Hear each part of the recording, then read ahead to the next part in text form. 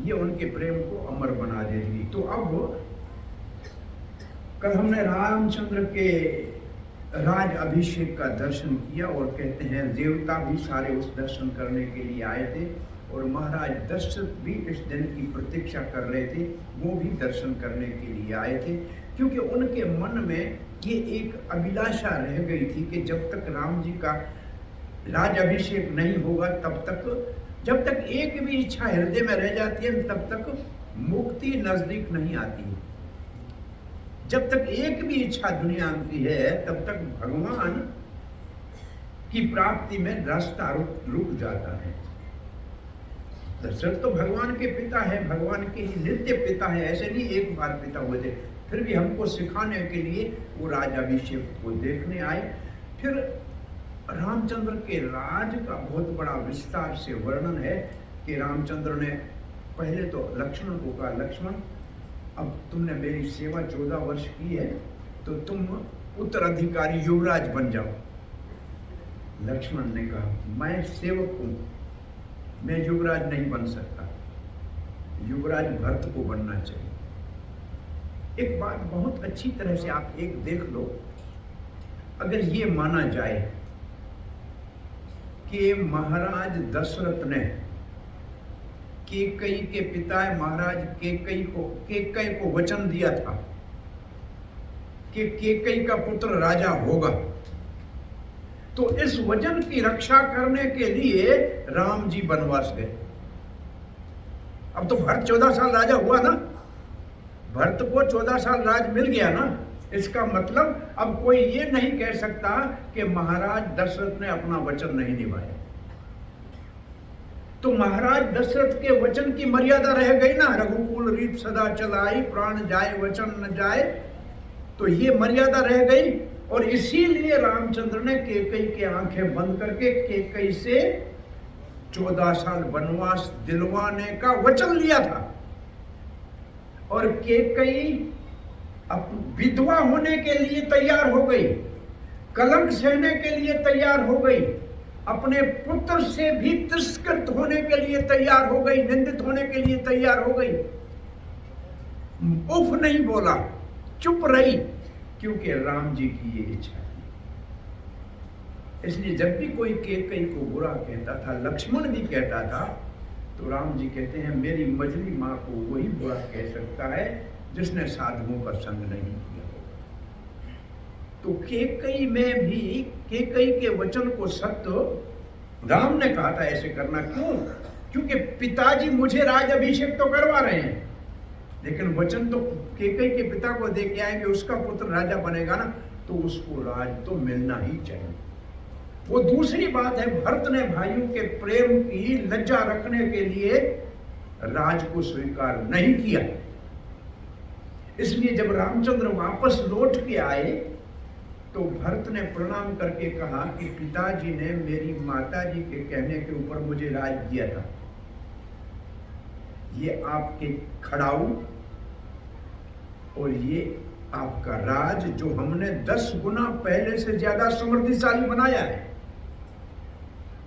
अब ये हमसे संभाला नहीं जाएगा, अब आप इसको संभालिए।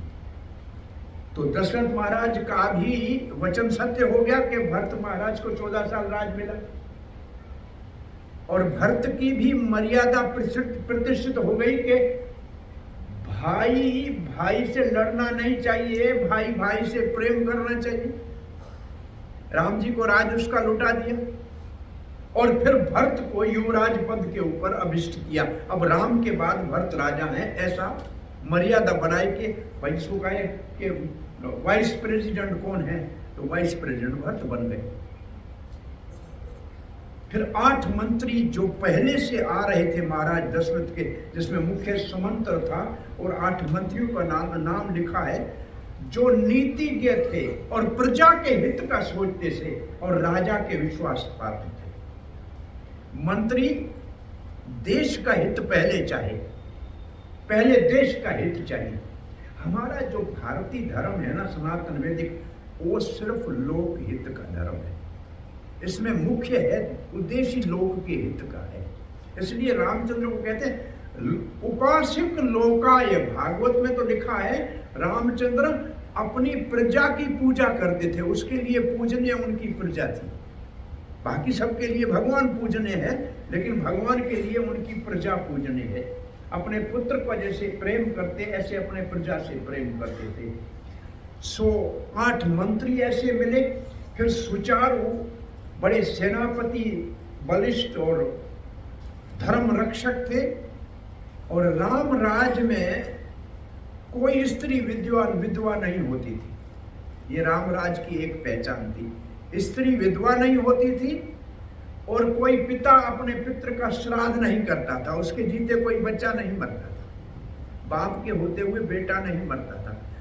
किसी को रोग नहीं था, कोई बीमार नहीं था। रामराज में सबको सुख समृद्धि थी। बुढ़ापा भी नहीं आता था, जब तक कोई चाहे नहीं तब तक बुढ़ापा भी नजदीक नहीं आता था। और राम जी ने जितना राज में सुख सुविधा थी, उतना कठोर दंड का नियम भी था। राज तब सुचारू चलता है जब प्रजा का हित हो, अच्छे लोगों का हित हो, वो तो दुष्ट लोगों को दंड दिया जाए। दंड की नीति कमजोर होगी तो सबके हृदय में दो चीजें होती हैं, लोभ और भय। ये सबके मन में है। लोभ ये है कि मुझे चाहिए, लेकिन भय भी होना चाहिए कि गलत रास्ते से लूंगा तो दंड मिलेगा। लोभ और भय जीव के हृदय में जन्म से आसात आता है। सभी चाहते हैं कि मुझे मिले, लेकिन ये भय भी होता है मर्यादा का। मर्यादा का भय ना होना, सब लोग बदमाश है।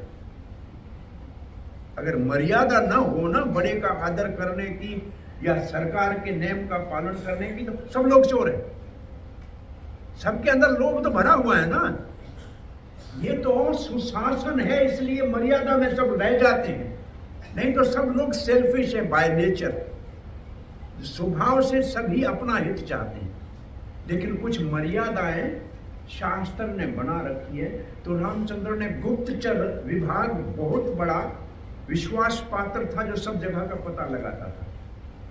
और उसके बाद गुप्तचरों के ऊपर भी गुप्तचर थे, कहीं कोई गलती न कर ले। ये रामराज का वर्णन पूरा होता है तो फिर उत्तरकांड शुरू होता है।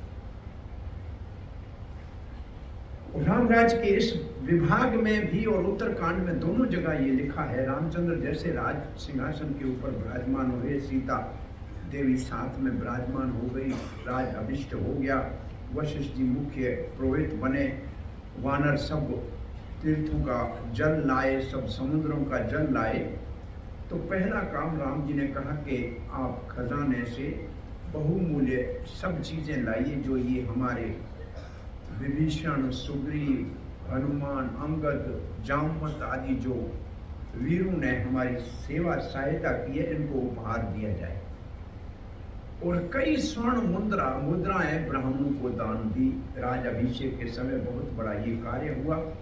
अब उत्तर रामायण यहां तक की कथा अगर आपको पहले दिन याद हो तो ये रामायण वाल्मीकि शुरू होती है, लव और कुश राम की दरबार में कथा शुरू करते हैं, और यहाँ लव और कुश ने कथा को पूरा किया। लव और कुश ने ये कहकर कथा को पूरा किया कि रामचंद्र के अभिषेक के उपरांत रामचंद्र ने सबको बड़े बड़े उपहार दिए, ब्राह्मणों को दान दिया, जो गाने वाले आए थे, चारण थे, उन सबको संतुष्ट किया और राम राज स्थापित हो गया। और ये इतना सुख वाला राज था कि हमारी जबान पे आ जाए, कई लोग सुखियों के भाई यहाँ तो राम राज है, ये राम राज हमारी भाषा में आ गया। कहीं कोई गांव सुखी हो तो कहते भाई आपके यहाँ तो राम राज लगा पड़ा है। तो राम राज हमारी भाषा में आ गया। इसके उपरांत आता है उत्तर रामायण, उत्तरकांड। कुछ कथा को, कुछ शास्त्रों ने उत्तरकांड को माना ही नहीं है कि रामायण समाप्त हो गई राम के राज अभिषेक के ऊपर। परंतु ये भविष्य में क्या होने वाला है वाल्मीकि जी ने लिखा है उत्तरकांड। तो उत्तरकांड को रामानुज आचार्य और कुछ प्रतिष्ठित महात्मा इसको प्रमाणिक मानते हैं। और उत्तरकांड शुरू कैसे होता है राम जी राम सिंहासन पे बैठे हैं, रामराज शुरू हो गया। तो सारे पृथ्वी के ऋषि, अगस्त ऋषि के साथ गौतम, कणाद, कपिल, चायवन, ये सब ऋषि इकट्ठे हुए और राम जी के दरबार में आए और राम जी को कहा, राम जी ने उन सबका स्वागत किया।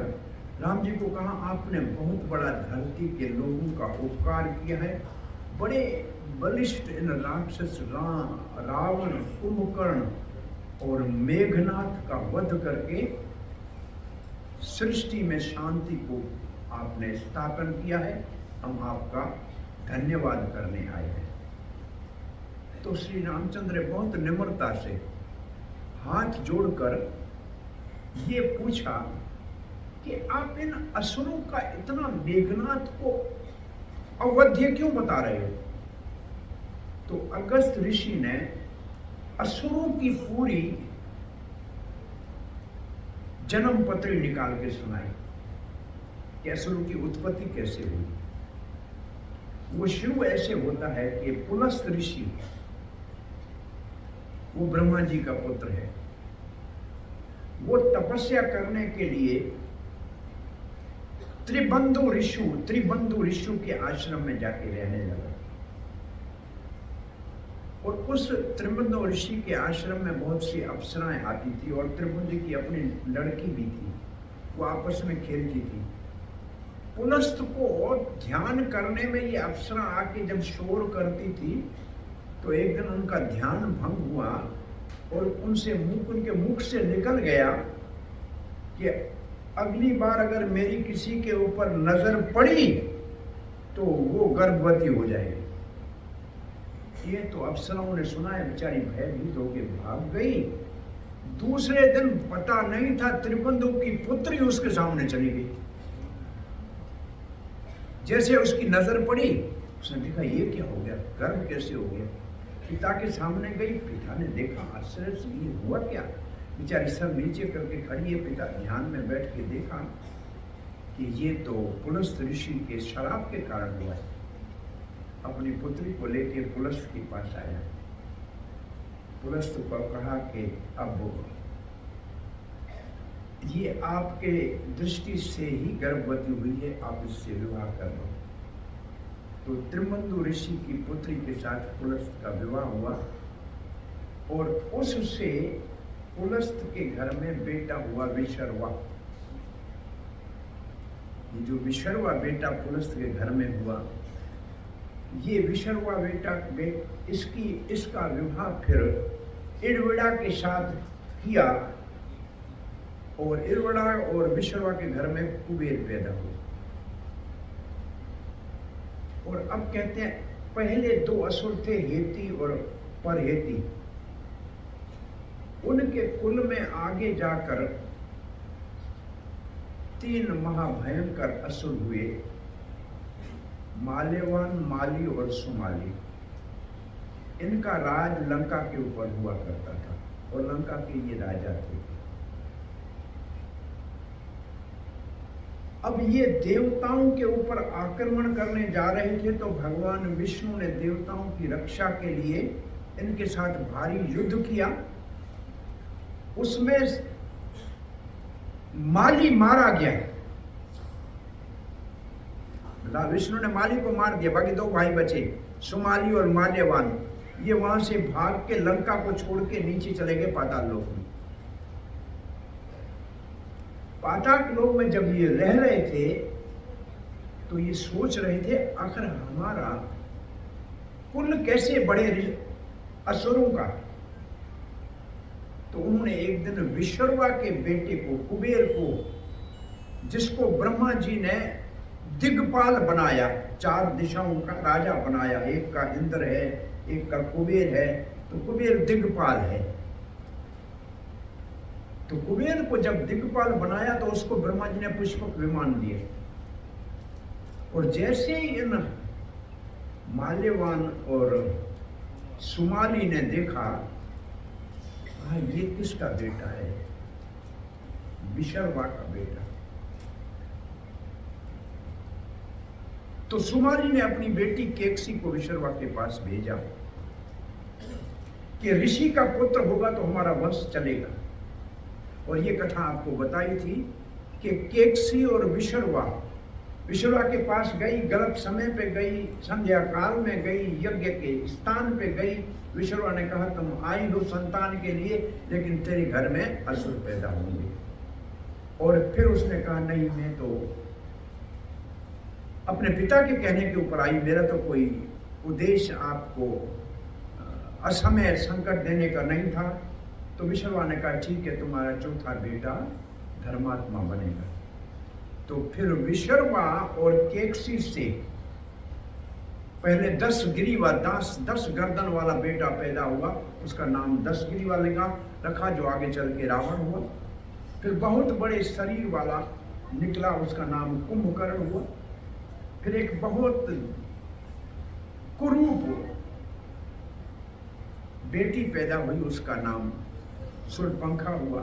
और छोटा भाई फिर विभीषण हुआ। इसके उपरांत इनके बड़े होते हुए इनकी माँ केकसी ने कहा कुबेर के पास तो बड़ा विमान है, हमारे बेटों के पास कुछ नहीं, बेटा तपस्या करो। गोकर्ण के वहाँ तपस्या की, तपस्या कितनी भारी की है, 10,000 साल तक तपस्या की है। एक पांव के ऊपर खड़े होकर कुंभकर्ण ने तपस्या की है, विभीषण ने तपस्या की है। रावण तो हर एक हजार साल के बाद अपना गर्दन कट के सुहा करता था। अब आखिरी गर्दन जब बचा तब ब्रह्मा जी प्रकट होकर इनको आशीर्वाद दिया। अब जब ब्रह्मा जी के आशीर्वाद से ये सब शक्तिशाली हुए, तब सुमाली और माल्यवान ने कहा, अब नाने ने कहा बेटा लंका हमारी है, भगवान विष्णु ने हमको यहाँ से भगाया था, अब इसको हमको वापस राज में आपको लंका का राजा बना देंगे। उसने कहा वहां तो मेरे भाई, मेरे ही पिता का बेटा है, दूसरी माता से, वही तो राज कर रहा है वहां कुबेर। बोला कोई बेटा नहीं होता। तो फिर रावण ने जाके, कुबेर ने जाके कहा रावण को, कुबेर ने तो मेरा भाई है, ये आधा राज तेरा है आधा मेरा है, चलो भाई दोनों सुख से रहेंगे। लेकिन सुमाली ने कहा ऐसा नहीं करने देंगे हम, ये हमारा राज है, इसको यहाँ से निकालो। तो कुबेर ने अपने पिता से जाके पूछा कि क्या करना चाहिए। पिताजी ने कहा बेटा इस वक्त रावण के अंदर अहंकार है और उसको आशीर्वाद के बल के कारण किसी की सुनेगा नहीं। अच्छा है कि आप लंका को छोड़ के हिमालय में जाके अपना गंधमादन पर्वत के ऊपर आश्रम का स्थान बना लो। अब रावण लंका का राजा हुआ। और फिर आगे कहते हैं रावण जब घूम रहा था, तो आपको एक कथा तो बताइए, जितनी भी रावण कहाँ कहाँ गया, किस किस को मारा, ये एक दिन आपको कथा बताइए। और वेदवती की कथा भी बताइए, आपको अनरम की कथा भी बताई है, और नंदी ने श्राप दिया वानर तुम्हारा सत्यानाश करे, ये कथा भी बताई है। तो एक समय रावण के सामने जो मय दानव है वो आया। उसने कहा मैं बहुत सुंदर ज्ञानपुरी बनाई थी, मेरी अप्सरा के साथ विवाह हुआ था और हेमा मेरी पत्नी थी, मैं यहाँ रहता था, अब वो सब चले गए हैं, मेरी पुत्री है, इसका मुझे विवाह करना है। और उसने रावण से अपनी पुत्री मंदोदरी का विवाह किया। मंदोदरी मय दानव की पुत्री है, उसके साथ रावण का विवाह हुआ। समय आने के ऊपर इनके घर में मेघनाथ बेटा पैदा हुआ। अब ये पूछते हैं मेघनाथ युद्ध के अंदर इंद्र को क्यों पराजित करके आए, ये प्रश्न पूछा। रामचंद्र ने कहा ऐसे क्यों हुआ। तो ब्रह्मा जी कहते हैं मैंने जब सृष्टि की तो एक बहुत सुंदर कन्या अहिल्या के नाम से बनाई। अहिल्या का मतलब उसके बड़ा, उन्हें उसके समान और कोई सुंदर नहीं है। और दूसरा उसका अर्थ है जो दिन में दिखाई न दे। मैंने अहिल्या को, सब देवताओं ने कहा अहिल्या से हमको विवाह करना है, मैंने गौतम ऋषि के पास धरोहर रख दी इसको कि संभाल के रखना। जब मैं वापस लेने गया मैंने देखा गौतम ऋषि मर्यादा में रहा और अहिल्या को धरोहर ही समझ के रखा, तो मैंने गौतम के साथ अहिल्या का विवाह करा दिया। ब्रह्मा ने कहा। फिर इंद्र एक दिन अहिल्या का पतिव्रत भंग करने के लिए गौतम के जब रूप में गया था, तब गौतम ऋषि ने इसको श्राप दिया था। उसके कारण इंद्र को आज मेघनाथ से हरा के बंदी बनना पड़ा। ये कथा यहाँ बताई गई कि मेघनाद के साथ ये हुआ था और इंद्र के ऊपर ये शराब था। इसके बाद इंद्र को छुड़ाने के लिए पुनः जाके ब्रह्मा जी ने इंद्र को छुड़ाया मेघनाद से। तब मेघनाद ने कहा फिर मुझे को अमर बना दो। अमर तो मैं भी नहीं हूं, ब्रह्मा जी ने कहा फिर एक काम करो ब्रह्मा जी, युद्ध में मैं यज्ञ करूं, यज्ञ से जो रथ निकले उसके ऊपर मैं बैठ जाऊं, जब तक उस रथ में हूं तब तक मुझे कोई नहीं मार सके। ब्रह्मा जी ने तथास्तु ऐसे ही होगा। इसलिए कुंभकर्ण ने कहा था, इसलिए विभीषण ने कहा था वो यज्ञ पूरा हो जाएगा तो मारना मुश्किल हो जाएगा, लक्ष्मण यज्ञ पूरे होने से पहले इसको मार दो तो ब्रह्मा के वचन की रक्षा हो जाएगी। और तब रामचंद्र ने अचानक बीच में कहा कि महाराज अगस्त, आप कहते हैं कि ये बड़ा बलवान, फिर एक प्रश्न पूछा, मतलब इतना बड़ा रावण बलवान था, किसी ने उसको धरती के ऊपर हराया था? तब अगस्त जी ने कहा, एक तो चंद्रवंश में कार्तवीक अर्जुन हुआ है राजा, उसको सहस्त्रबाहु कहते हैं। वो नहा रहा था नदी में और रावण पूजा कर रहा था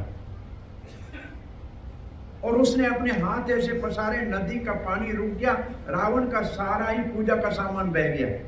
रावण को क्रोध आया और लड़ने के लिए जैसे सहस्त्रार्जुन के पास गया, वो तो नहाते नहाते उसको देखा नहीं, रावण को बंदी बना के ले गया, जाके बंदी खाने में डाल दिया।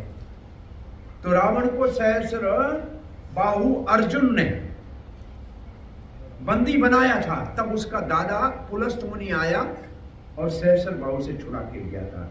फिर दूसरी कथा कहते हैं, ये रावण एक बार मद में भर के किष्किंधा चला गया था। बाली का पूछ रहा था, तब सुग्रीव ने बताया कि बाली अब संध्या वंदन करने गए हैं। फिर बाली ने इसको कांख में दबा के रखा था। तो ऐसे रावण कहाँ कहाँ पराजित हुआ, ये कथा सुनी राम जी ने। फिर रामचंद्र ने कहा, आप कहते हैं बाली ने रावण को अपने कांख में दबा के रखा था, लेकिन मैंने इस युद्ध में 13 दिन में देखा कि हनुमान के समान कोई वीर नहीं। फिर हनुमान सुग्रीव का सचिव था, मित्र था, फिर बाली से सुग्रीव क्यों भाग रहा था?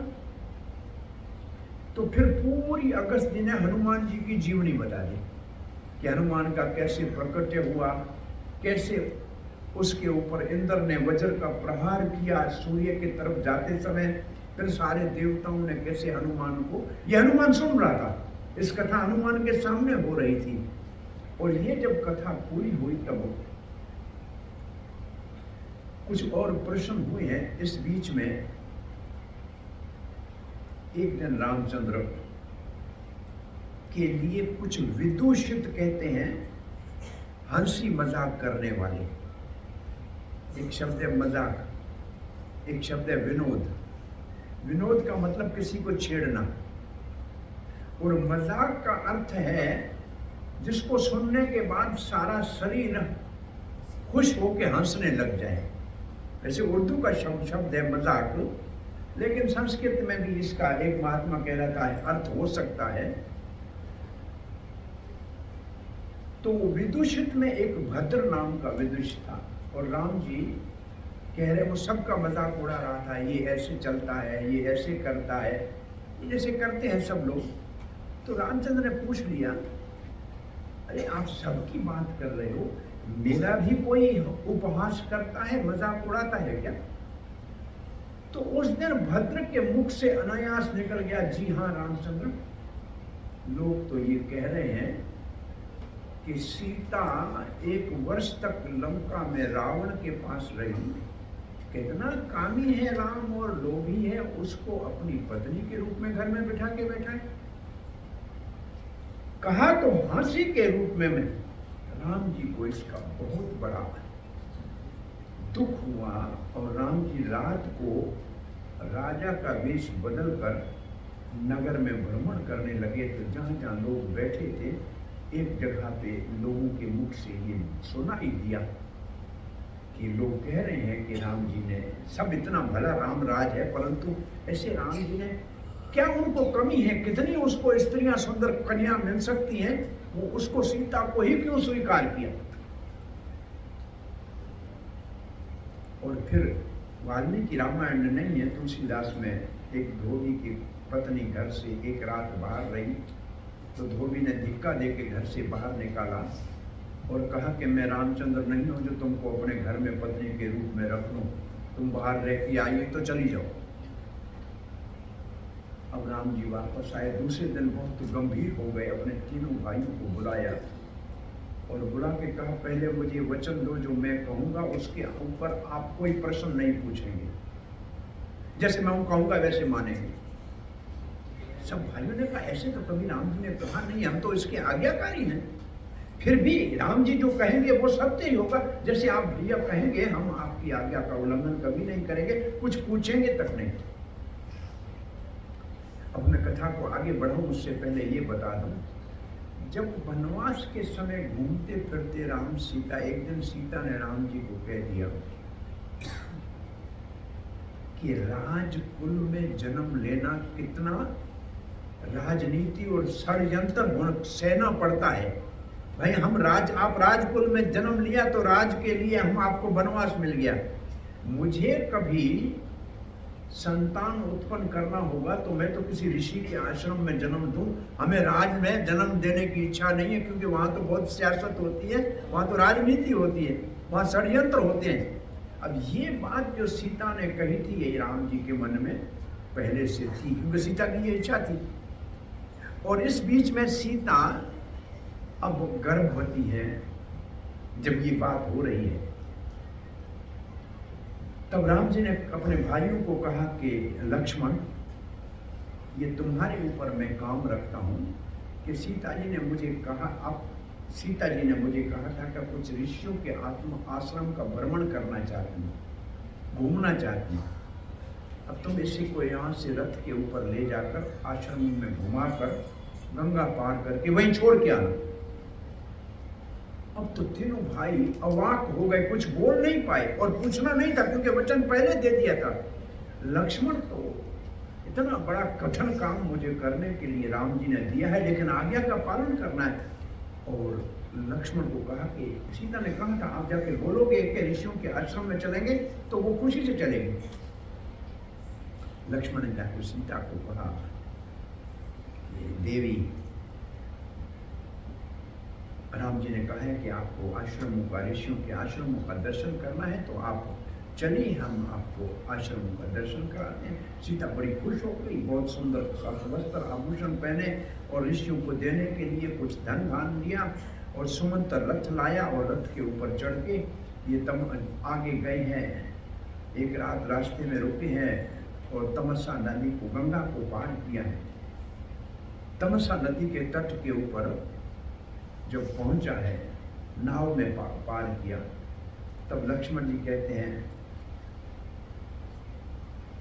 हे माता, अब जो मैं कहने आपको जा रहा हूँ वो मेरे में कहने का सामर्थ्य नहीं है, परंतु महाराज रामचंद्र का आदेश है कि मैं आपको यहीं छोड़ के वापस जाऊं। और इतना कहते ही लक्ष्मण के आंखों में आंसू भी आ गए और बड़ा दुखी हो गया। सीता जी भी ये सुनकर बहुत दुखी हुई, आंसू बहाने लगी कि हे पृथ्वी, तुम्हारे ऊपर जब से मैं आई हूँ केवल मेरे जीवन में संकट और दुख आए हैं। अच्छा है कि मैं गंगा जी में कूद के अपने प्राण दे दूं, लेकिन क्या करूं राम जी, तुम्हारा अंश मेरे उदर में है, मैं अपना प्राण त्याग नहीं सकती, क्योंकि अब मुझे राम जी आपके अंश की रक्षा करनी है। विलाप कर रही है, रो रही है सीता। तो कुछ ब्रह्मचारी बच्चों ने उनके रोदन को सुना और वाल्मीकि जी को कहा। वाल्मीकि तत्काल वहां आए, कहा बेटी, हमारी पुत्री के समान हो। मैं अपने योग बल से ये जान सकता हूं कि आप तो पतिव्रता है, पवित्र है, तपस्विनी है। आपके ऊपर जो भी आरोप लगाया है ये सब झूठे हैं, ये जानता हूं, परंतु मैं चाहता हूं कि अब आप हमारे आश्रम में जहाँ ये तपस्विनी स्त्रियाँ रहती हैं वहाँ यहाँ तपस्विनी की वेश में रहिए और यहाँ आपको हर सुविधा मिलेगी और आप यहाँ रहिए। अब सीता जी यहाँ रहने लगे। इस प्रसंग में लोग बहुत कहते हैं कि राम जी ने सीता का त्याग क्यों किया, तो राजा को प्रजा के हित में अपना कोई भी बड़े से बड़ा बलिदान देना हो उससे पीछे नहीं हटना चाहिए। ये राजा के लिए मर्यादा है। राजा के पहले ये पहले प्रजा है। यहाँ ये इंदौर की महारानी अहल्या, उसके पुत्र ने अपराध किया, प्रजा असंतुष्ट हुई, उसके अपने पुत्र को मरवा दिया। और उसका इतना बड़ा कार्य है, ये जो काशी विश्वनाथ का मंदिर है अहल्या, ये 4 धाम के मंदिर है, सब अहल्या बाई के बनाए हुए हैं। उसने बहुत बड़ा धर्म का कार्य किया है, इसलिए उसको थी भी सामान्य, लेकिन इंदौर की महारानी थी, उसके राजा के बाद स्वयं रानी बन के रही थी। ये पुरानी हिस्ट्री भी नहीं है, कोई 200 साल 250 साल की पुरानी हिस्ट्री है। तो राजा के लिए ये कठोर धर्म पालन करना है। इसलिए मैंने आपको पहले भूमिका में कहा कि जुदाई में प्रेम बढ़ता है, ये विप्रलंब भाव है। अब जैसे सीता को छोड़ के लक्ष्मण वापस आया, राम जी 4 दिन तो अपने महल से बाहर निकले नहीं, न खाया न पिया सीता के वियोग में।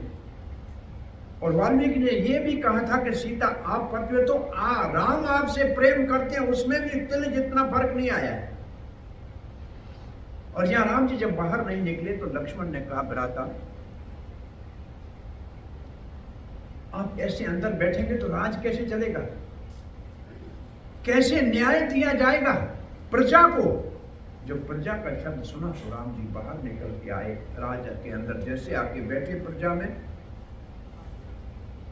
हरे कृष्ण। कुछ विशिष्ट अतिथि हमारे आए हैं, उनका हम स्वागत करते हैं और स्वागत करने के लिए हरे कृष्ण।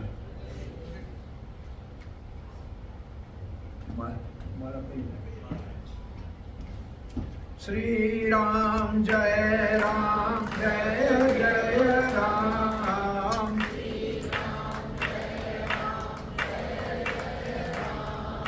श्री राम जय राम जय जय राम,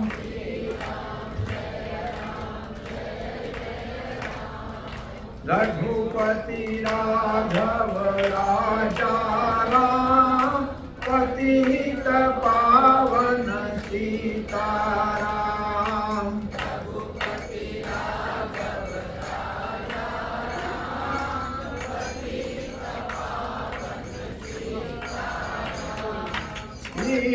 सीताराम सीताराम भज मन प्यारे सीताराम,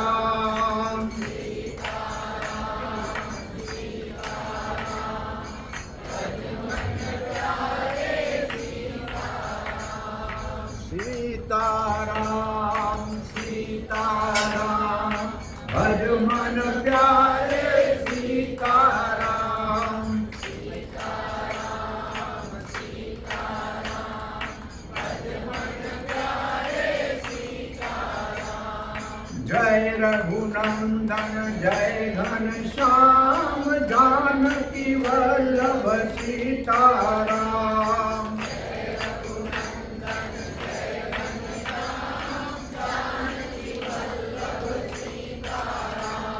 जय रघुनंदन जय घनश्याम जानकी वल्लभ सीताराम, जय रघुनंदन जय घनश्याम जानकी वल्लभ सीताराम। सीताराम सीताराम भज मन प्यारे सीताराम, सीताराम सीताराम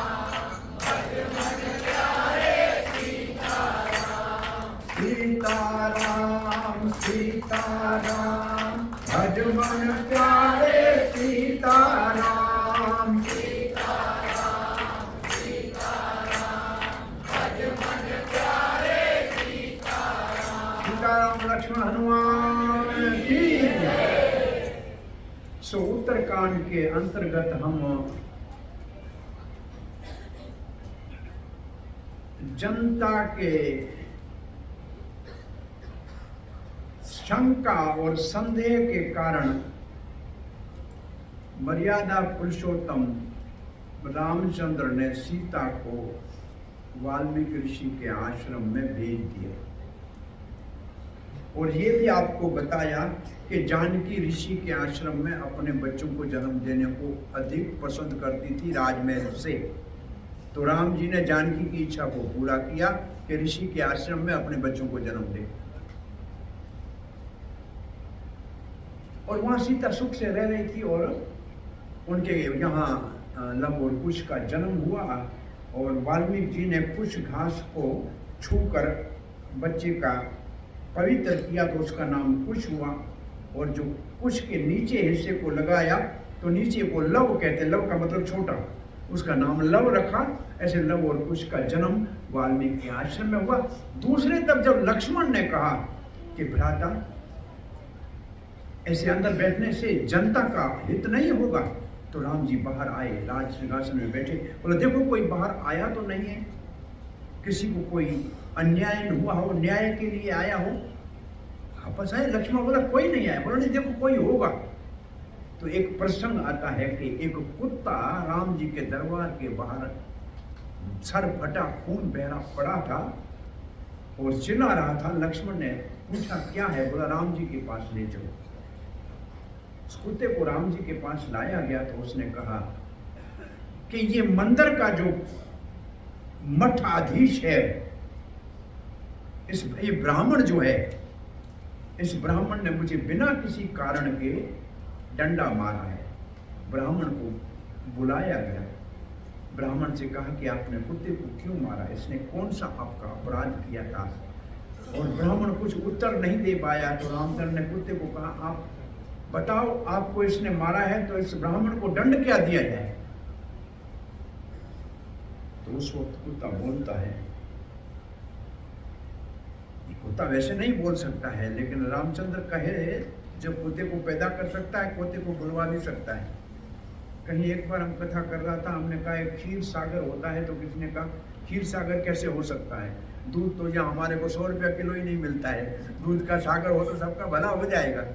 तो हमने उनसे पूछा भाई नमक का सागर होता है क्या? बोला होता क्यों नहीं, हमने देखा है अपने बंबई के पास तो बड़ा समुद्र है, मैंने उसके अंदर नमक तुमने डाला है कि तुम्हारे बाप ने डाला है?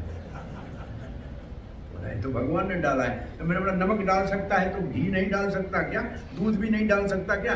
जो नमक डाल सकता है वो दूध भी तो डाल सकता है ना, तो उसके ऊपर विश्वास क्यों नहीं? भाई नमक तुमने तो नहीं डाला है ना, किसने डाला है? जिसने नमक डाला है वो घी भी डाल सकता है, दूध भी डाल सकता है, तो विश्वास तो करना चाहिए ना किसी बात के ऊपर।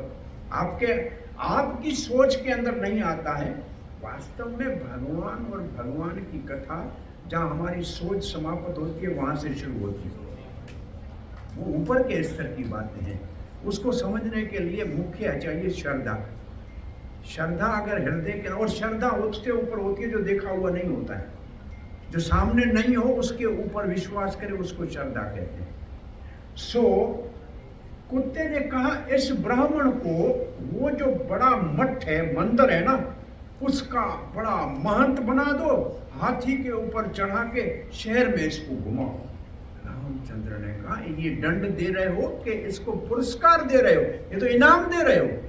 हाथी के ऊपर भी चढ़ाए और बड़े एक मंदिर का इसको महंत बना दे, आचार्य बना दे। कुत्ते ने कहा महाराज मैं जानता हूँ रामचंद्र, मैं एक मठ का बहुत बड़ा आचार्य था और मठ में मिलने वाले माल से मेरे मन में लोभ हुआ और मैं भोगी बन गया, इसलिए मेरे को कुत्ता बनना पड़ा। है ना, अगर मठ का बड़ा महंत बनेगा तो दूसरे जन्म में जब कुत्ता होगा और लाठी लगेगी तब पता लगेगा इसको जब लाठी लगेगी तभी इसको इस बात का पता लगेगा। इसलिए किसी मठ मंदिर का महंत बनने के लिए निम्रता हो तो बनना चाहिए, और अगर भोग और सामान को देख के और मेरा समझने की मूर्खता की तो दूसरे जन्म में कुत्ता बनता पड़ना। ये रामायण में यहाँ राम जी के न्याय की कथा है। इस कथा के उपरांत च्यवन ऋषि आके रामचंद्र को कहते हैं कि महाराज, आपके कुल के महाराज मांधाता का राज था मधुपुरी में, और वहां इस समय एक बहुत बड़ा भारी भरकम राक्षस है, उसका नाम है लवणासुर। उसने वहां अत्याचार इतना कर दिया है, हम आपसे सहायता के लिए आए हैं। तो रामचंद्र की दरबार में उस दिन शत्रुघ्न ने उठ के कहा कि भ्राता मुझे आशीर्वाद दीजिए, तो लवणासुर का वध करने के लिए च्यवन ऋषि के साथ मैं जाता हूँ। रामचंद्र बहुत प्रसन्न होकर कहा, हे भ्राता शत्रुघ्न, तुम्हारे साथ हाथी, घोड़ा, सेना, कुछ व्यवसाय करने वाले, इन सबको पहले भेज दो और आप अकेले बाद में जाओ, उसको पता नहीं लगे कि आप युद्ध करने के लिए आ रहे हो। और एक बात का ध्यान रखना, वो लवणासुर के पास एक दिव्य भाला है जो उसको देवताओं से मिला हुआ है, वो घर में रख के बाहर जाता है। उसके हाथ में भाला होगा तो कोई उसको हरा नहीं सकेगा। उससे युद्ध जब करना हो, बाहर हो, घर में ना जा सके, भाला ना उठा सके, तब आप जाना।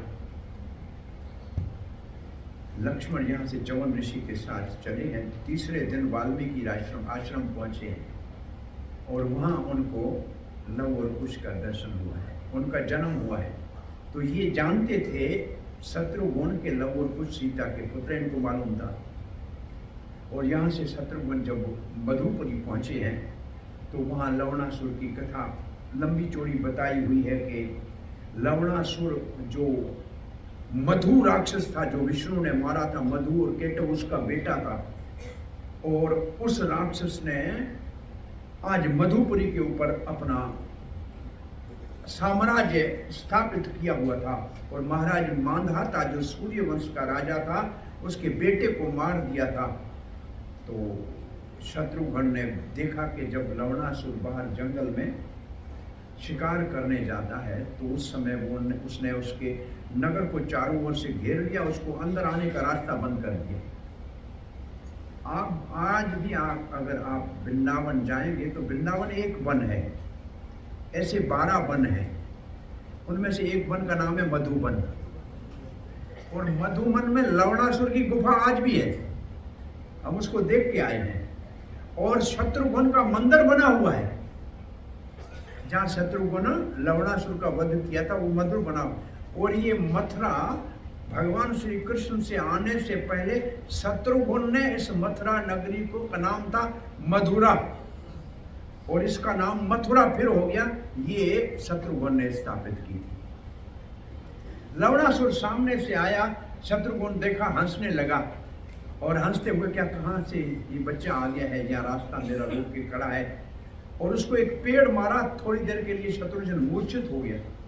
देवता हाहाकार करने लगे, कहीं अंदर चला गया और अपना वो लेके आ गया भाला, तो फिर तो संकट हो जाएगा। तब तक शत्रुघ्न को जैसे ही सचेत हुए, उन्होंने अपने धनुष के ऊपर एक दिव्य बाण को देख कर सब आश्चर्यचकित हो गए, ये बाण कौन सा है, हमने कभी देखा नहीं है। बोला, ये बाण भगवान विष्णु ने मधु और केटव को मारने के लिए उपयोग में लाया था। ये बाण रामचंद्र ने दिया है शत्रुघ्न को। जैसे बाण वो तरकस से निकला है और कमान से बाहर निकला, और लवणासुर का यहाँ वध होता है। और लवणासुर की नगरी के ऊपर फिर 12 साल तक राज सिंहासन के ऊपर बैठे हैं महाराज शत्रुघ्न। और शत्रुघ्न यहाँ रहने के बाद 12 साल के बाद ये वापस अयोध्या जाते हुए फिर वाल्मीकि आश्रम में रुके हैं। तब वो लव और कुश को रामायण को गाते हुए सुना है, ऐसे वाल्मीकि रामायण में लिखा है। और फिर वो जब वापस पहुंचे तो राम जी बड़े प्रसन्न हुए कि आपने अच्छा किया, ऋषियों का कार्य किया। इसीलिए तो भगवान का अवतार होता है, असुरों का संहार और शिष्टों और ऋषियों का जो है संरक्षण करना है। और ये लवणासुर की कथा पूरी होती है। अब एक ब्राह्मण एक दिन बड़ी उम्र का रामचंद्र के घर के आगे, महल के आगे बाहर आके विलाप कर रहा है, अन्याय है आपके राज में, हे कौशल नरेश आपके राज में अन्याय है, रघुपति आपके राज में अन्याय है। पूछा हो क्या गया? बोला मैं जीता हूं, मेरा बेटा कैसे मर गया? अरे पहले मेरा जन्म हुआ तो पहले मेरे को मरना चाहिए, मेरा बेटा कैसे मर गया? आपके राज्य में कोई अन्याय है इसलिए मेरा बेटा मरा? आज तक कभी ऐसे हुआ नहीं है। अब सारी सभा बैठी कि ये हुआ कैसे? तब नारद जी वहां प्रकट हुए और कहा कि हिमालय के अंदर एक बिना गुरु के शिक्षा के और बिना वर्ण आश्रम की व्यवस्था के अपने मन माने घोर तपस्या कर रहा है, और आपके राज में ऐसी तपस्या करने वाले के पास अगर शक्ति आ गई तो संसार में समस्या उत्पन्न हो जाएगी। इसीलिए इस ब्राह्मण के बच्चे का शरीर छूट गया। श्री रामचंद्र ने तत्काल कहा बच्चे को यहाँ रखो, पुष्पक विमान को आवाहन किया। एक कथा यहाँ ऐसी भी आती है, पुष्पक विमान में चढ़ के तो रामचंद्र अयोध्या आए, फिर पुष्पक विमान को प्रणाम करके कहा आप कुबेर के हो, आप वापस कुबेर के पास चले जाओ, हमारा काम समाप्त हुआ, विभीषण को नहीं रखना चाहिए। कुबेर से तो छीना था रावण ने। कुमार जब विमान पहुंचा कुबेर के पास, कुबेर ने कहा अब ये विमान रामचंद्र की सेवा में वापस भेजा जाए। इस वक्त धरती के ऊपर हमारा आराध्य भगवान साक्षात विष्णु ही धरती के ऊपर राम के रूप में है। विमान ने वापस आके कहा आकाश में रामचंद्र, कुबेर ने आपकी सेवा के लिए भेजा है। भगवान ने कहा तुम अपने स्थान पर रहो, जब मैं याद करूं तब आ जाया करो। यह एक कथा आपको और बताते चले कि जब लक्ष्मण बहुत दुखी होकर सीता को वाल्मीकि आश्रम के बाहर छोड़ के आ रहे थे तो सुमंतर ने कहा कि लक्ष्मण किसी को बताना नहीं,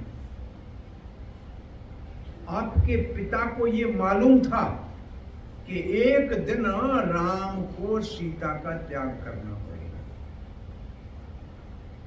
मैं आपको ये कथा बताता हूं कि भृगु ऋषि की पत्नी असुरों की सहायता के लिए इस धरती को नाश करना चाह रही थी, तब भगवान विष्णु ने भृगु की पत्नी का वध किया।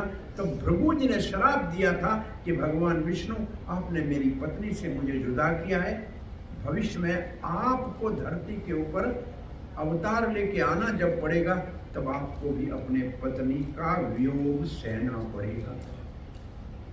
ये कथा आपके पिता दशरथ को बताई थी, उसको मालूम था, इसलिए आप चिंता मत करो। ये घटना पहले नेम से होनी थी और सब शास्त्र इसको जानते हैं, इसलिए चिंता मत करो।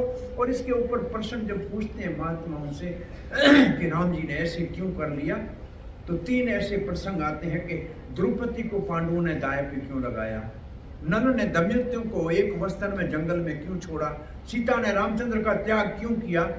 तब महात्मा लोग कहते हैं कि आप उनसे पूछो कि द्रौपदी ने कभी पांडवों को बुरा सोचा क्या? कभी सीता ने कहा कि राम ने मुझसे अन्याय किया है, कभी दमयंती ने कहा कि नल ने मुझसे अन्याय किया है। जब उनको कोई परेशानी नहीं, आपको क्यों परेशानी है? जिनसे हुआ उनको संकट है नहीं, आपको क्यों संकट है?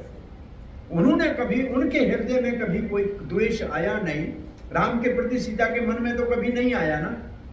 पर द्रौपदी ने कभी पांडवों के साथ विरोध तो किया ही नहीं, तो आपको क्यों चिंता है उसकी? आप काहे के लिए उनकी चिंता करते हो?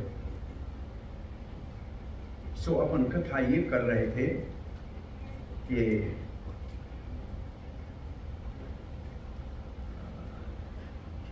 श्री राम, ये बीच में कथा आ गई। कौन सी कथा आपने चल रही है? मालूम वाली कथा बीच में आ गई थी। हम कथा में आगे बढ़ चुके थे कि सत्य युग में ये हुआ था, त्रेता युग में राम आया तो सीता का वियोग हुआ, ये भी ठीक है। भृगु वाली कथा इससे आगे कौन सी चल रही थी? रावणासुर हो गया, उसके बाद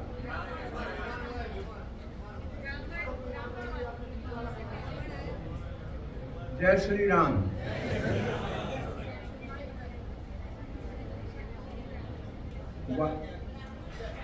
सीता का त्याग पूरा हो गया था, राम जी वापस आ गए अपने स्थान के ऊपर।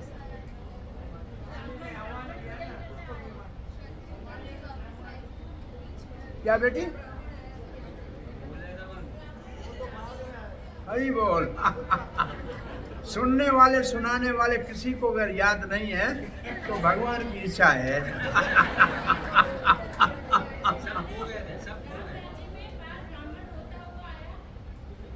ब्राह्मण रोता हुआ है, ये कथा है। इसका मतलब सुनने वालों को भी सोते नहीं रहना चाहिए। एक कथा हम पहले बताते, इस बार नहीं बताई है। वैकुंठ के दरवाजे के ऊपर कथा करने वाला 1000 कथा कर चुका था, पंडित मरने के बाद पहुंचा तो जय विजय ने दरवाजा बंद कर दिया, नहीं जा सकते हो। पंडित जी बड़ा दुखी होकर कहा कि मैं इतनी सारी कथाएं की है, मुझे क्यों? बोला बैठ जाओ। इतनी देर में एक बाल बिखरे हुए सामान्य आम आदमी जैसा आया और दरवाजा खोला और सीधा अंदर चला गया। ये पंडित उसके परेशान हुआ कि ये क्या अन्याय है, कथा करने वाले को अंदर जाने नहीं देते हो वैकुंठ में, ये कौन था जिसको जाने दिया? वो दरबान कहते हैं इसका ये आया है कि ये एक बस का ड्राइवर था जो बद्रीनाथ के रास्ते पे बस चलाता था और इतनी तेज बस चलाता था, सारे पैसेंजर जागते हुए राम राम सारे रास्ते में करते।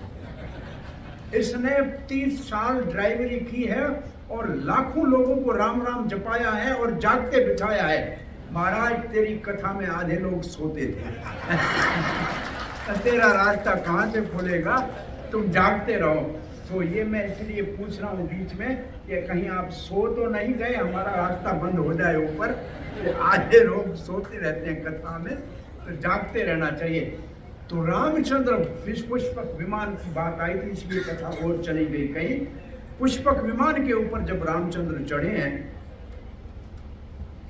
और उस स्थान पे गए हैं जहां वो वर्ण आश्रम व्यवस्था से बाहर 4 वर्ण है, ब्राह्मण क्षत्रिय वैश्य और शूद्र, ये भगवान के बनाए हुए हैं।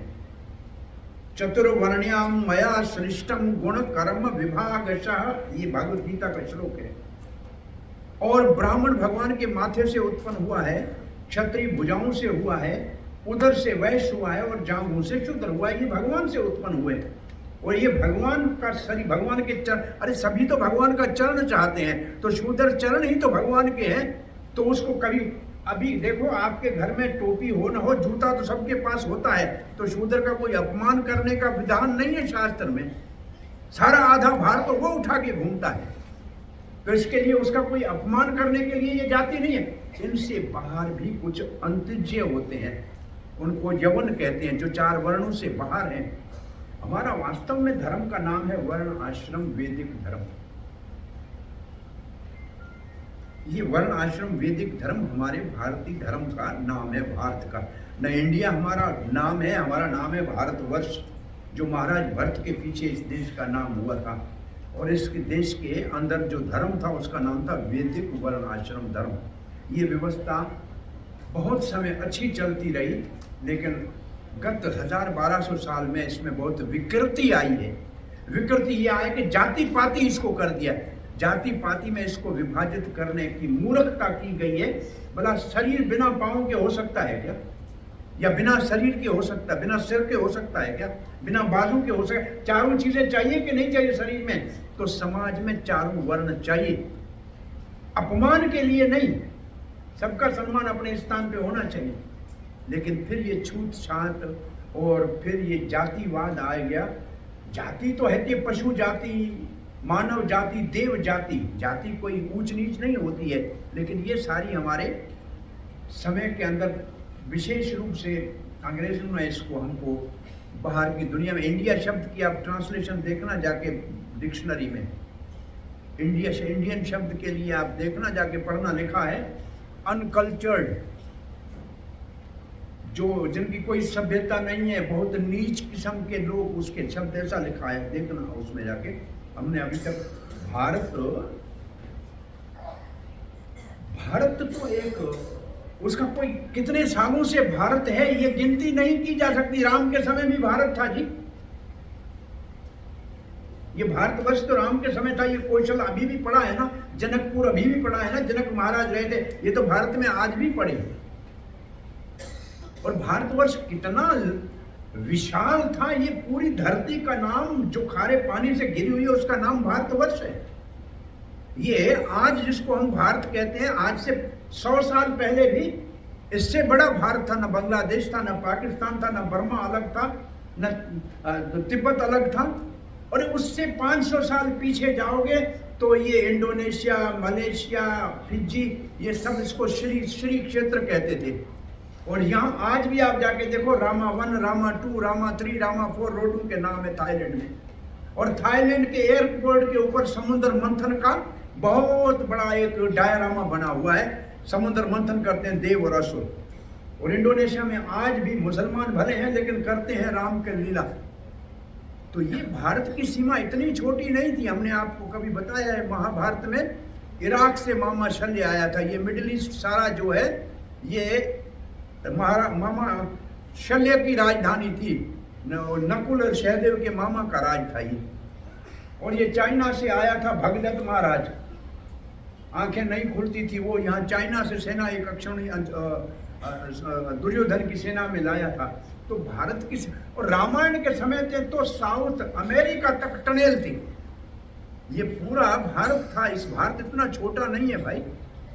भारत की महिमा, इसका नाम पहले अजनाब वर्ष था। जब ऋषभदेव का बेटा महाराज भरत हुआ तब से इसका नाम भारतवर्ष हो गया। पहले इसको अजनाब वर्ष कहते थे। सो अपन जब वहां रामचंद्र पहुंचे, मैं वो कह रहा था क्योंकि वो वर्ण आश्रम से बाहर था, क्योंकि वो किसी भी गुरु के शिक्षा के अंतर्गत कुछ तपस्या नहीं कर रहा था, अपने मन से कर रहा था। राम जी वहां पहुंचे, देखा कि वो कठोर तपस्या कर रहा है। राम जी ने उसका वध कर दिया, उसको मार दिया। और जैसे उसका गर्दन गिरा वैसे वो ब्राह्मण का बच्चा उठ के बैठ गया। वो जो मर गया था वो उठ के बैठ गया। इसके ऊपर भी लोग बहुत बड़ा राम जी के ऊपर ऐतराज करते हैं, आक्षेप करते हैं कि राम जी ने एक जाति से बाहर तपस्वी को मारा था। तो हम उसको सामान्य उदाहरण देते हैं कि न्यूक्लियर वेपन बनाने वाला कोई भाग के दूसरे देश में जाके उनको वो जानकारी दे तो आप उसको मारोगे कि छोड़ोगे? मारोगे कि छोड़ोगे? ऐसे लोग आपको मिले हैं ना, जो आजकल जो परमाणु बनाने वाला अपने मन से जाके किसी देश में परमाणु बता दे तो दूसरे देश का हानि हो तो उसको मारना चाहिए कि छोड़ देना चाहिए? तो ये ऐसा ही काम कर रहा था। इसलिए राम जी ने उसका वध कर दिया। तो धर्मात्मा राम जी ने वध उसका किया है तो उसका तो उद्धार हुआ होगा, वो तो राम जी के धाम में जाएगा। परंतु संसार को तो संकट से बचा लिया। और धर्म जो था कि बाप के होते हुए बेटा मरे नहीं, वो बेटा जीवित हो गया।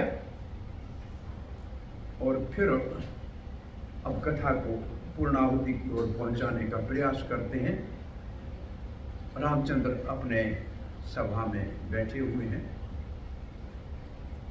तो काल मूर्तिमान रूप में आया कि रामचंद्र मुझे आपसे बात करनी है। जब मैं आपके साथ बैठ के वार्ता करूं तब कोई अंदर आए तो आपको उसको मृत्यु दंड देना है। राम जी ने ये बात स्वीकार की और राम जी के साथ काल प्रार्थना करने का लगा कि भगवान, देवताओं ने आपको मानव के रूप में अवतार लेके राम के वध के लिए प्रार्थना की थी, अब वो कार्य पूरा हो गया। अब अगर आप अपनी इच्छा से अपने धाम वापस जा सकते हैं। ये प्रार्थना करने काल आया था। अब वो जब ये मैं बात कर रहा हूं तो एक और कई साल पहले हमने एक बात सुनी थी कि रामचंद्र का राज इस धरती के ऊपर 11,000 साल था।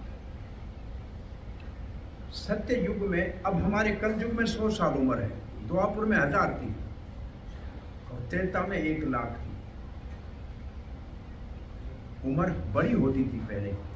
सो 11,000 साल रामचंद्र का राज धरती पे रहा। एक ये भी मान्यता है कि राम जी के वनवास जाने के कारण दशरथ महाराज का 1000 साल पहले समय से प्राण निकल गया राम के वियोग में। तो 1000 साल दशरथ की जगह के ऊपर बैठकर राम को राज करना था। जब राम ही दशरथ की जगह के ऊपर बैठ के राम राज करे, तब सीता को साथ कैसे रख सकता है? वो तो पिताजी की जगह पे बैठा हुआ था, तो सीता तो उसके लिए अब साथ रखना उनके लिए उचित नहीं था, इसलिए रामचंद्र ने सीता को अलग किया। एक ये भी शास्त्रों में वर्णन है। अब जब ये कथा कर रहे हैं तो एक और कथा के अंदर से कथा ध्यान में आ रही थी। जो भी पहले कथा कर रहे हैं उसको आगे बढ़ाएं, फिर आएगी तो बता देंगे। ऐसे ये कारण था कि राम जी 11,000 वर्ष तक इस धरती के ऊपर राज किया, और फिर काल जब आया उस समय दुर्वासा ऋषि आए और कहा मुझे राम जी से मिलना है, और नहीं मिलने दिया जाएगा तो मैं सारी इस अयोध्या को भस्म कर दूंगा। लक्ष्मण ने कहा महाराज आप अयोध्या को भस्म नहीं कीजिए, मैं जाके राम जी को सूचना देता हूं, और आप जाइए।